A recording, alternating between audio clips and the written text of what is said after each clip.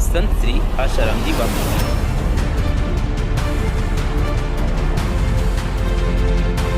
जो खबरें मीडिया नहीं दिखा सकी वो देखिए SARJV न्यूज़ पर।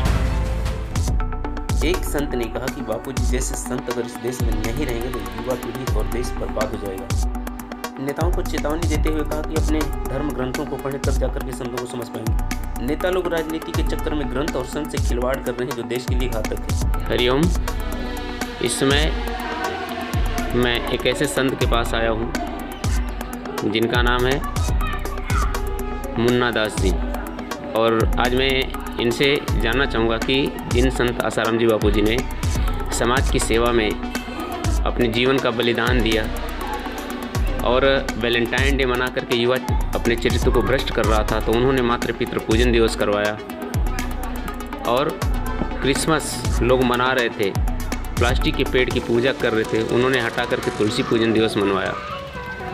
और भजन करो भोजन पाओ, ऐसा अपने आश्रम में एक संस्था चलाई उन्होंने, और आज ऐसे संतों को उठा करके जेल में अगर डाला जाता है तो हमारे देश के लिए ये कितना बड़ा घातक हो सकता है, मैं जानना चाहूँगा आपसे। तो प्रभु जी आप ये बताएंगे कि क्या उनके साथ ये जो हो रहा है अत्याचार क्या सही है क्या गलत है, इसके विषय में आप क्या कहना चाहेंगे? संत तो कोई भी हो उसके साथ ऐसा दुराचार नहीं होना चाहिए। उन्होंने इतनी सेवा की है देश की और उनके साथ इतना अमानवीय व्यवहार हो रहा था, उसके प्रति क्या कहना चाहेंगे? ये उचित नहीं है। ये उचित नहीं है।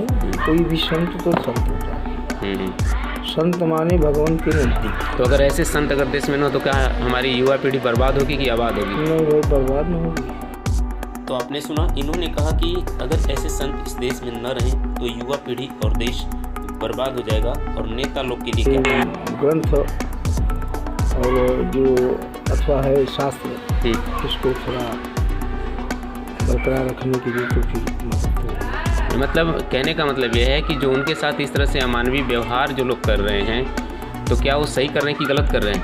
नहीं भाई, तो अब उसके लिए जो है संत के लिए तो गलत है ही, गलत कर रहे हैं। तो आप लोगों ने सुना कि इन्होंने भी बताया कि उनके साथ ये गलत व्यवहार हो रहा है, और आज हम सभी का उत्तरदायित्व बनता है कि हम सभी को मिल करके इन चीज़ों का विरोध करना चाहिए और सरकार से अपील करना चाहिए कि उनको बाइज्जत भरी शीघ्र रिहा करें।